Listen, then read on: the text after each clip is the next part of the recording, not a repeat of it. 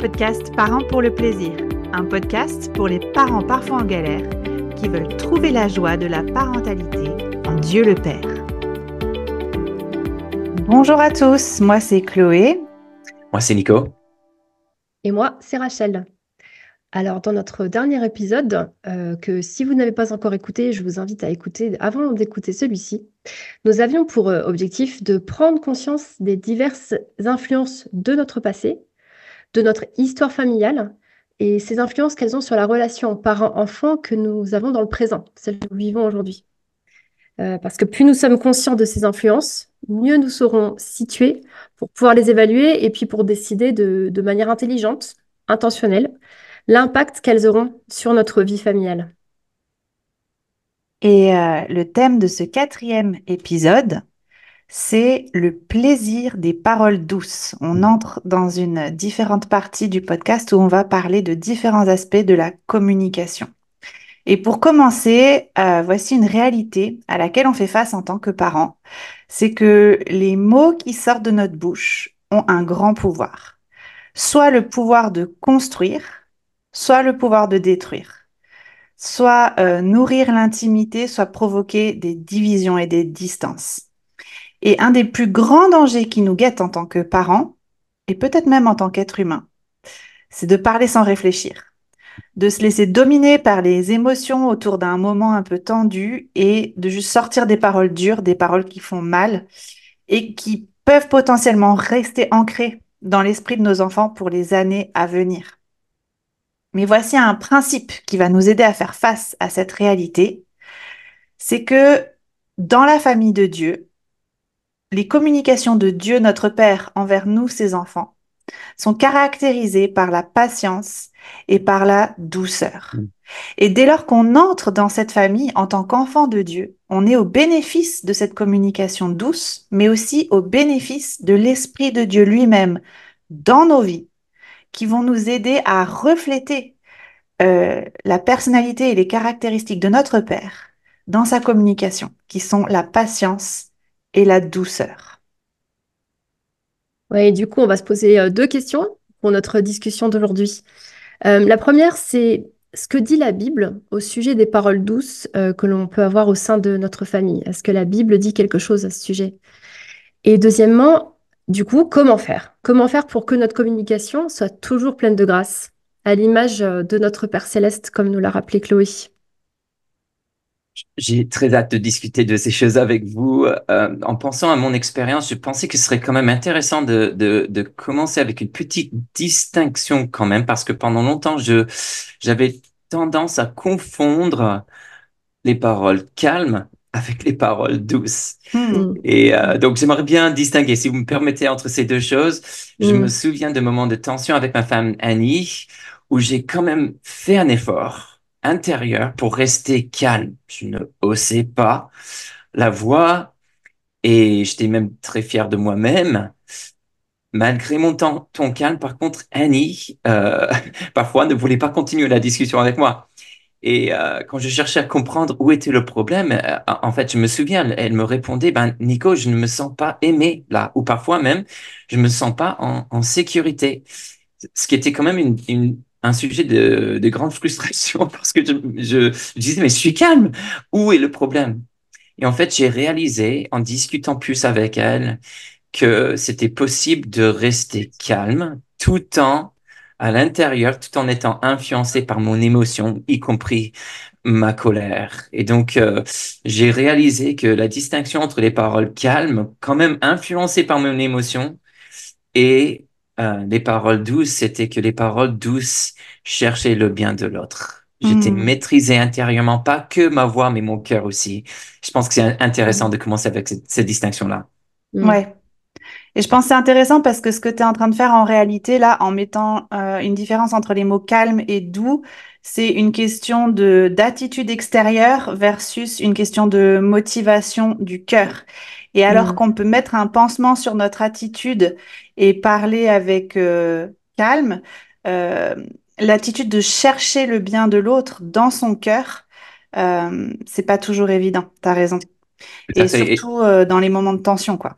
Ouais. Exact, exact. Et c'est quand même intéressant parce que la Bible ne nous laisse pas tranquilles face à ces réalités-là. Mm. Dans la Bible, on a un Dieu qui se manifeste en Jésus, qui ne se contente pas tout simplement de ce qui se voit extérieurement, mon calme extérieur. Ce qui est intéressant, c'est ce qui se passe à l'intérieur. Qu'est-ce qui se passe dans mon cœur? Et je pense directement à un passage en Éphésiens chapitre 4, par exemple, où il y a l'apôtre Paul qui nous donne des instructions concrètes. Et en fait, c'est des instructions qui visent les membres de la famille de Dieu, hein, l'Église, ce nouveau peuple qui est constitué quand même d'hommes et de femmes de toutes les nations, et en fait qui forment un seul corps, une seule famille. Oui, et ce chapitre d'Éphésiens, le chapitre 4, en fait, dès le début, dès les premières phrases, on voit l'appel à la douceur. Je vais lire le verset 1, Paul dit, Je vous encourage, donc moi, le prisonnier dans le Seigneur, à vous conduire d'une manière digne de l'appel que vous avez reçu, en toute humilité et douceur, avec patience, supportez-vous les uns les autres dans l'amour. Je pense qu'il n'y a pas trop de doute. Justement, c'est très clair. Et on se dit, ouais, c'est déjà assez extraordinaire ce à quoi nous sommes appelés en Jésus-Christ, mais malheureusement, Paul ne s'arrête pas là.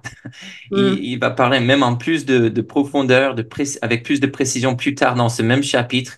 En verset 29, par exemple, il va dire ceci, un verset qui me dérange depuis des années.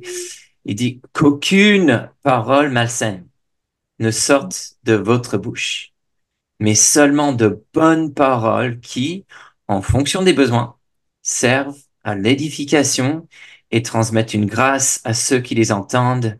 N'attristez pas le Saint-Esprit de Dieu. Hmm. Ouais, ces versets, pareil, ils sont tellement challengeants pour moi.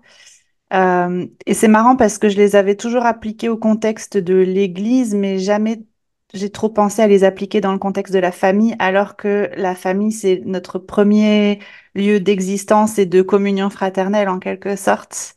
Oui. Et ce qui est frappant, c'est de voir cette tristesse que ça cause d'abord au Saint-Esprit, en fait, pas seulement à nos enfants, à notre mari, mais à l'Esprit de Dieu lui-même qui entend ces paroles, qui est même à l'intérieur de nous alors que nous prononçons ces paroles et qui est attristé par ces mots.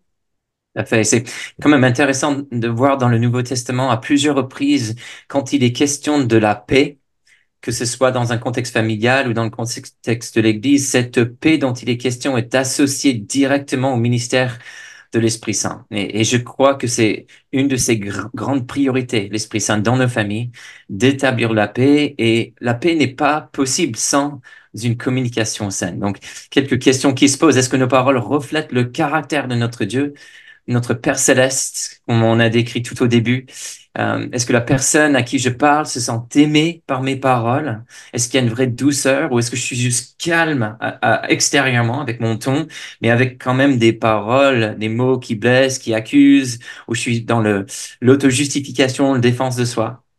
Est-ce que mes paroles contribuent à l'œuvre de Dieu dans sa vie, dans la vie de la Mm. personne avec qui je parle, ou est-ce Ouais. que je cherche tout simplement mon propre intérêt? Ça fait déjà beaucoup de questions à se poser, je trouve, et tu as posé ce fondement, Nico, en parlant de la présence du Saint-Esprit et finalement, cette question qu'on se pose, mais comment faire? En fait, il faut d'abord aussi se souvenir du fait qu'on ne peut rien faire, en fait, sans l'action du Saint-Esprit hein, dans nos vies, et on voit aussi les transformations qui se font. Ouais, C'est ce désir de pouvoir faire en sorte que notre communication soit toujours pleine de grâce. On l'a lu dans le verset enfin, dans le verset 29, je crois, pleine de grâce à l'image de notre Père céleste. On peut faire le constat que c'est pas toujours le cas. Je pense qu'on est tous d'accord. ouais. Et on veut aller plus loin et puis se dire, bah, donc, comment progresser en fait dans ce domaine, concrètement. Tout à fait. Et c'est vrai que cette phrase, euh, aucune parole malsaine, je pense que plus je méditais cette phrase, plus je réalisais, ben c'est impossible. En fait, je ne Mm. peux pas vivre comme ça, en tout cas, sans l'œuvre du Seigneur en moi. Et un des outils, en fait, une aide que le Seigneur m'a proposé dans ma propre recherche de croissance dans ce domaine, c'est un petit livre qui s'appelle Doux et humble de cœur d'un pasteur qui s'appelle Dane Ortland. Et ce livre, en fait, c'est une méditation prolongée, on va dire, sur ce que dit Jésus en Matthieu chapitre 11. Il y a juste trois petits versets, les versets 28 à 30, où en fait, Jésus vient de dire que c'est lui, le Fils de Dieu, qui nous fait connaître le Père. C'est lui qui ouvre le chemin pour cette relation père-enfant entre nous et notre Dieu. C'est Jésus qui révèle sa vraie nature. Et puis, en fait, dans ces quelques versets, il nous donne un aperçu extraordinaire de la nature de son Père. Il parle vraiment de la part du Père et il dit, venez à moi, vous tous qui êtes fatigués et courbés sous un fardeau, et je vous donnerai du repos. Acceptez mes exigences et laissez-vous instruire par moi, car je suis doux et humble de cœur, et vous trouverez le repos pour votre âme. En effet, mes exigences sont bonnes et mon fardeau léger. Et c'est vrai qu'en écoutant Paul, on peut dire, oh, quel fardeau énorme. Mais c'est tellement Mm. rassurant d'entendre Jésus qui dit, ben, je sais que vous n'êtes pas capables, mes frères, mes sœurs, les enfants du Père, mais venez à moi. Je vais faire tout le nécessaire pour rendre léger ce fardeau. Quand même, c'est un fardeau qui est bon et ça va porter du bon fruit dans vos familles. Mhm. En fait, ce livre, il a eu deux effets assez forts dans ma vie aussi et que j'ai pu appliquer dans le domaine de la parentalité assez rapidement. Le Mm. premier, c'est que si on a une image d'un père désapprobateur, qui a des grosses exigences envers nous, qui nous regarde faire des bêtises, recommencer à avoir des paroles mauvaises, etc. Il nous dit, OK, je t'ai pardonné, je te tolère, mais ne recommence plus. T'es dans mon royaume, mais ne fais pas le malin. En fait, c'est Mm. ce qu'on va transmettre à nos enfants. Et moi, j'ai longtemps été, et je suis encore un peu accablée par cette vision-là d'un Dieu exigeant. Et ce livre a vraiment changé ma façon de penser à Dieu grâce à la personne de Jésus, en fait. Et la deuxième chose que ce livre m'a montré, et je pense que vous pourrez facilement vous associer avec moi à cette réalisation, c'est que euh, cet appel à la douceur est pas lié à notre personnalité. Mm. Et qu'on va souvent se cacher derrière, oui, mais moi je suis un sanguin, moi j'explose un bon coup et après ça va mieux. Je vois Nico sourire. Si Ouais. tu t'identifies, lève la Je main. dis Amen, ma sœur. Aïe, aïe, aïe. Et c'est longtemps quelque chose derrière lequel je me suis cachée aussi. C'est moi, je suis quelqu'un de sanguin, de bouillonnant. J'explose un beau coup et après ça va. Et du coup, la pression redescend et tout va bien. Et je me sentais pas appelée à la douceur. Je me disais, ça, c'est pour les personnes qui sont naturellement douces, comme parfois ma chère Rachel, tu peux l'être, ou ta femme, Nico. Je me disais, je serai jamais comme ça, donc c'est pas grave. En fait, Mm. la douceur est pas un trait de personnalité, la douceur est un appel de transformation radicale du cœur. Et comme tu disais dès le début, c'est de chercher le bien des personnes autour de nous euh, dans Ouais. nos paroles. Mm. Mm. Je m'identifie personnellement à ce que tu dis, Chloé, comme tu sais Mm. très bien, et ça me fait penser à une autre clé en lien même avec ce livre doux et humble de cœur pour des sanguins comme nous.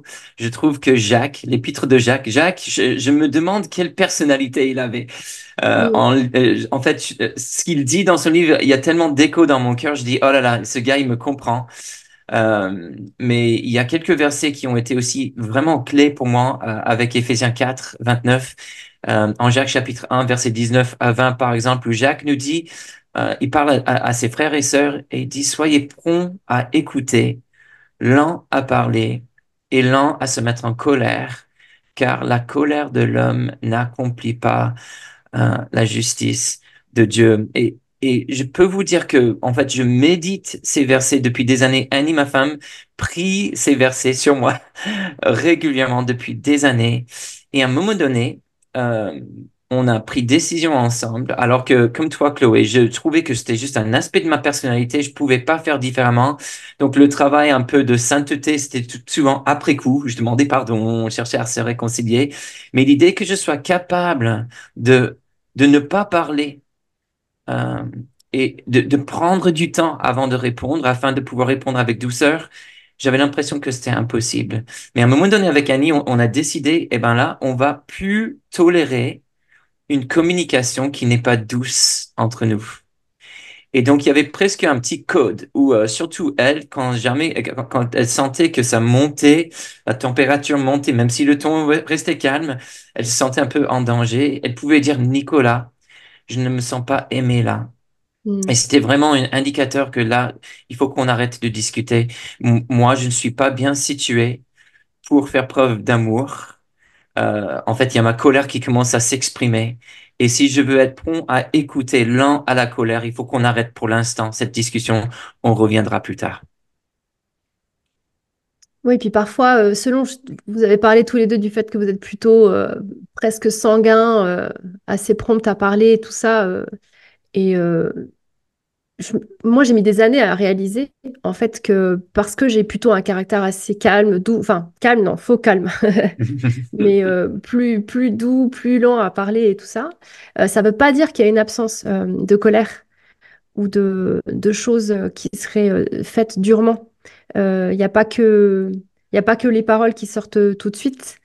Et j'ai aussi besoin de me poser ces questions et de voir comment ça se manifeste, qu'est-ce qui se passe intérieurement dans mes pensées, Ouais. pour être aussi tout à fait, enfin, dans cette douceur et dans cette lenteur à la colère. Elle se manifeste pas forcément comme on imagine toujours par des explosions, des mots qui sortent tout de suite et pour lesquels on doit rediscuter, demander pardon après. Parfois, c'est très différent, mais la colère est tout aussi présente.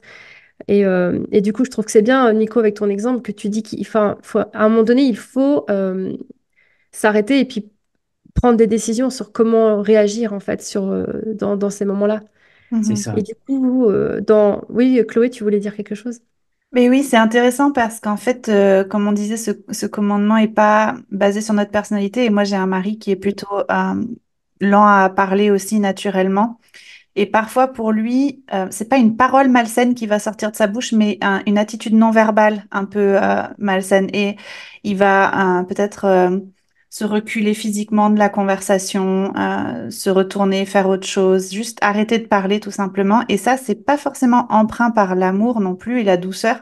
Ce qu'il est en train d'apprendre, c'est que des fois, il doit prononcer quelques paroles douces pour dire je dois processer là maintenant ma colère. Je te demande de me donner quelques instants. Euh, Mhm. et ça, c'est une preuve de douceur intérieure qui sort par sa bouche aussi, alors que il ne m'a pas crié dessus ou parlé durement, mais il m'a quand même montré de la dureté euh, par d'autres moyens, quoi. Exactement, ouais. Je trouve ça très intéressant, Chloé, parce que ça décrit très bien, je pense, un dialogue qui doit avoir lieu Mm. avant le dialogue avec l'autre, en fait. Je pense qu'il y a un dialogue intérieur qu'on doit vivre. Si on veut vraiment vivre cette dynamique prompt à écouter lent, à parler lent, à se mettre en colère, le fait de prendre de la distance par rapport à la situation de tension ouvre la porte à ce dialogue intérieur que tu viens de décrire, en fait, et que ce soit verbalisé ou pas. Moi, je trouve que c'est bénéfique quand quelqu'un comme Aurélien, ou c'est pareil avec ma femme, plutôt que juste de partir elle-même en colère peut-être, de pouvoir dire avec ses mots, j'ai besoin d'un peu de temps, je pense que toi aussi. Euh, je suggère qu'on s'éloigne de cette situation et puis qu'on revienne. Alors là, il y a un travail qui doit commencer. Parce Mm. que c'est quand même intéressant de noter que je peux m'éloigner tout en restant dans une dynamique de je cherche mes armes, je me souviens du passé, je prépare en fait, mon attaque pour on se retrouve et je peux continuer à nourrir ces émotions intérieures. Alors que ce que l'enseignement biblique nous encourage à faire, c'est vraiment en fait nous mettre à l'écoute. Parfois on parle de trois écoutes. Écouter mon émotion. Pourquoi est-ce que je suis en colère? Qu'est-ce que je veux, qu'est-ce que je ne veux pas, qu'est-ce qui produit cette émotion-là. Et puis écouter mon Seigneur. Ok, Seigneur, quelle est ta perspective sur ce que nous sommes en train de vivre actuellement? Comment est-ce que je devrais réagir quand je reprends la discussion avec ma femme? Quels sont mes objectifs? Qu'est-ce qui va t'honorer, etc. Et puis après, je peux revenir, j'espère, dans une posture d'écoute où je peux poser des questions, inviter, si c'est Annie par exemple, à m'expliquer un peu mieux sa perspective et ce genre de paroles douces. Oh là là, ça calme la fureur et ça ouvre la porte à un tout autre type de discussion. Mm. Et je peux vraiment témoigner du fait que mettre en place ces choses dans ma vie, alors que tout n'est pas résolu, j'ai l'impression de créer des cheminements neurologiques presque. Je ne sais pas si c'est très exact. Tout à fait. Euh, on crée des chemins dans notre tête pour mettre des pauses à des conversations et revenir avant de juste vomir ce qu'on avait à dire. Euh, J'imagine que après un moment comme ça, Nico, où tu t'es éloigné, tu as pris le temps de réfléchir, de Mm. prier, la discussion que tu vas avoir avec ton épouse ou avec ton enfant aura une saveur complètement différente. Tout à fait. Et c'est quand même intéressant ce que tu viens de dire, Chloé, parce que je trouve que pour moi, en tout cas, euh, apprendre à bien gérer les moments de tension avec Annie, c'était vraiment un terrain presque de formation, d'entraînement pour aussi mieux gérer les moments tendus avec les enfants. C'est quand même intéressant surtout je pense aux jeunes parents qui vont peut-être écouter cet épisode et de reconnaître on sera moins confronté dans les premières années par des situations qui fâchent, etc. C'est bon, ça peut arriver, mais ce sera différent. Plus les enfants vont grandir, plus on sera confronté par ces dynamiques relationnelles, ces différences qui provoquent des tensions. Et l'idée de pouvoir se servir de ces années-là, bien travailler certaines compétences dans le domaine de la douceur, l'écoute, l'amour avec notre conjoint, ou peut-être avec d'autres personnes de notre entourage, d'autres adultes pour ceux qui ne sont plus avec leur conjoint. C'est vraiment une belle manière de s'entraîner pour mieux vivre ces moments avec nos enfants plus tard. Ouais, parce qu'en fait, on peut, je pense tous penser à des moments dans notre foyer. En fait, on a vu l'impact que ça peut avoir sur nos enfants quand nos échanges aussi sont faits dans la douceur, dans le calme. Ce qui ne veut pas dire qu'à chaque fois, c'est de A à Z merveilleux et sans tension. Ça peut être, comme on vient de le décrire, des moments où il faut savoir s'arrêter et puis revenir avec de meilleures dispositions de cœur. Euh, Parce que nos enfants, en fait, finalement, oui, quel que soit leur âge, nous regardent et ça, réaliser l'impact que ça a sur eux peut nous faire à la fois, ça peut nous faire un peu peur parce qu'on est tellement mis face à nos limites, en fait, du moment où on a des enfants. On voit tellement plus nos faiblesses là-dedans. Mais aussi, justement, ça peut aussi nous montrer la beauté, en fait, d'apprendre ensemble aussi à communiquer et à avoir cette attitude de patience et de douceur les uns envers les autres. On sait aussi tout l'apprentissage que c'est pour eux. Moi, je me dis souvent qu'ils apprennent aussi en voyant comment moi je me reprends dans le moment où j'ai vraiment manqué, où j'ai péché, où je leur ai fait du mal, où j'ai blessé. Euh, et que finalement, c'est un impact qu'il faut pas négliger non plus, quoi. Hmm.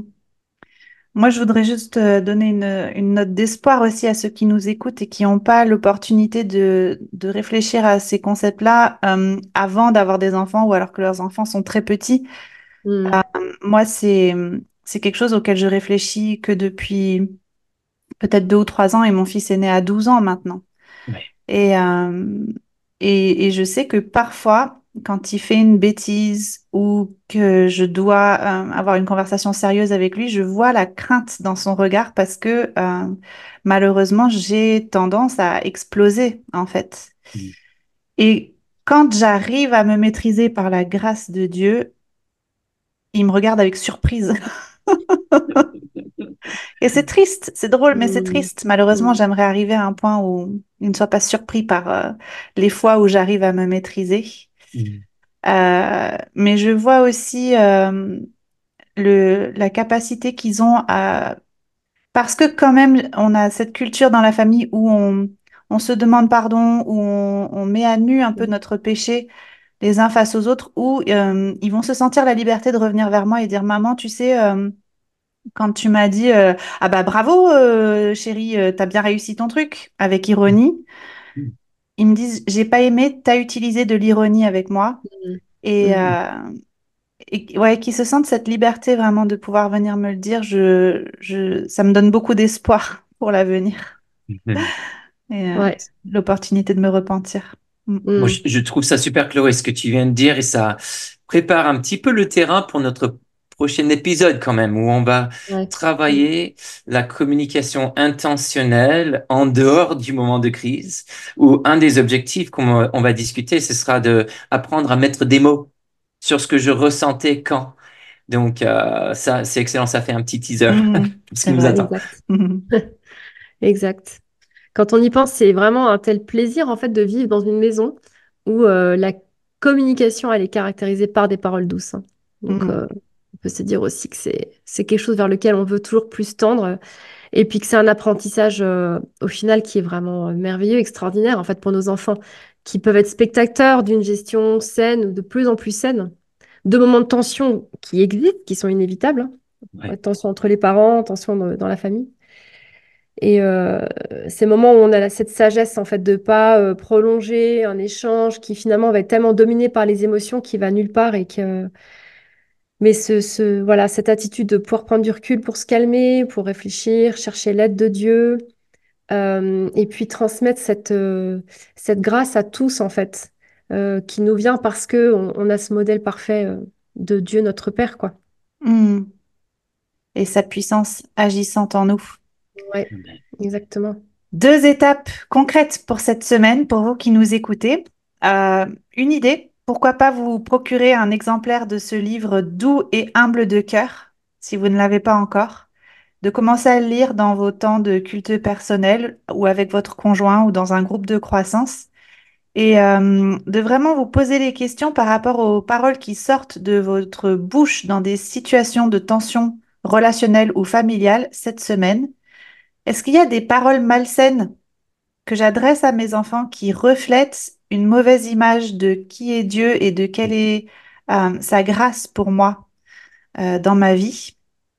Est-ce qu'il y a des paroles qui attristent le Saint-Esprit, qui font du mal à l'autre? Et comment puis-je les remplacer par des paroles bonnes qui servent à l'édification et qui transmettent cette grâce que moi-même je reçois à mon conjoint et à mon enfant? Amen. Une courte parole de bénédiction alors pour conclure. Que nos cœurs soient remplis de la compassion de Dieu le Père, de la douceur de son Fils Jésus, et tout cela par la puissance de son Esprit Saint, afin que notre communication en famille contribue au bonheur de notre famille et à l'honneur de sa famille en Jésus-Christ. Amen. Amen. Amen. Merci d'avoir écouté cet épisode du podcast Parents pour le plaisir. Notre prière, c'est que tu connaisses concrètement cette semaine le plaisir d'être toi-même enfant de Dieu.